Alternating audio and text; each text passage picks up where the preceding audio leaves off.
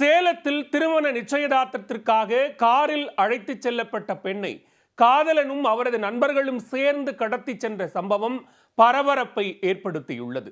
பெண்ணை கடத்தி திருமணம் செய்து புகைப்படம் வெளியிட்ட சம்பவத்தின் முழு பின்னணி என்ன? நண்பனுக்காக சிறை சென்ற நாடோடிகளின் கதைதான் இது.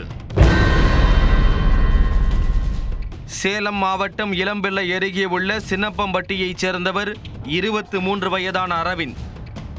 பட்டு சேலைக்கு டிசைன் செய்யும் பணிகளை செய்து வருகிறார். அரவிந்தும் இளம்பிள்ளையைச் சேர்ந்த கல்லூரி மாணவி பிரகதீஸ்வரியும் காதலித்து வந்தனர். இவர்களது காதல் விவகாரம் பிரகதீஸ்வரியின் பெற்றோருக்கு தெரியவர அரவிந்தை கண்டித்ததுடன் காதலனை சந்திக்க பிரகதீஸ்வரிக்கும் தடை விதித்தனர். பிரகதீஸ்வரிக்கு திருமணம் செய்ய முடிவு செய்து அதற்காக ஜலகண்டாபுரத்தைச் சேர்ந்த ஒருவருக்கும் பேசி முடித்துள்ளனர். கல்லூரி மாணவி பிரகதீஸ்வரிக்கு திருமணம் நிச்சயிக்கப்பட்டு மாப்பிள்ளை வீட்டில் திருமண நிச்சயதார்த்தம் நடப்பதாக இருந்தது. அதற்காக மாணவியின் வீட்டார் மாப்பிள்ளை வீட்டுக்கு 2 கார்களில் சென்றனர்.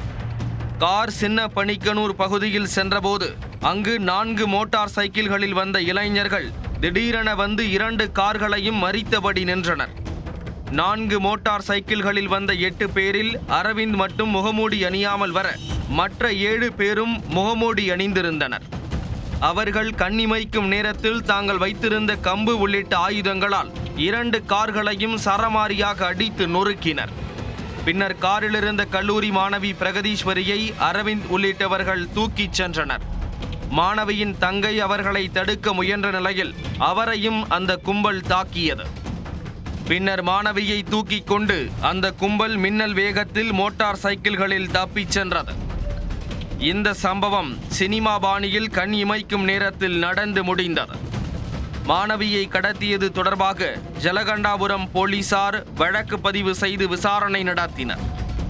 மாணவியை கடத்த அரவிந்துக்கு உதவிய நண்பர்கள் இடங்கணசாலை பகுதியைச் சேர்ந்த கௌதம், விஜயகுமார், கௌதம் பிரகாஷ், கௌதம், சஞ்சய், தீபன் ஸ்ரீ, மணிகண்டன் ஆகிய 7 பேர் என்பது தெரிய வந்தது. 7 பேரையும் போலீசார் கைது செய்து விசாரணை நடத்தினர். 7 நண்பர்களை போலீசார் கைது செய்த நேரத்தில் அரவிந்தும் பிரகதீஸ்வரியும் கோவிலில் திருமணம் செய்து கொண்டனர். அந்த புகைப்படத்தையும் நண்பர்களுக்கும் பிரகதீஸ்வரியின் பெற்றோருக்கும் அனுப்பி வைத்தனர்.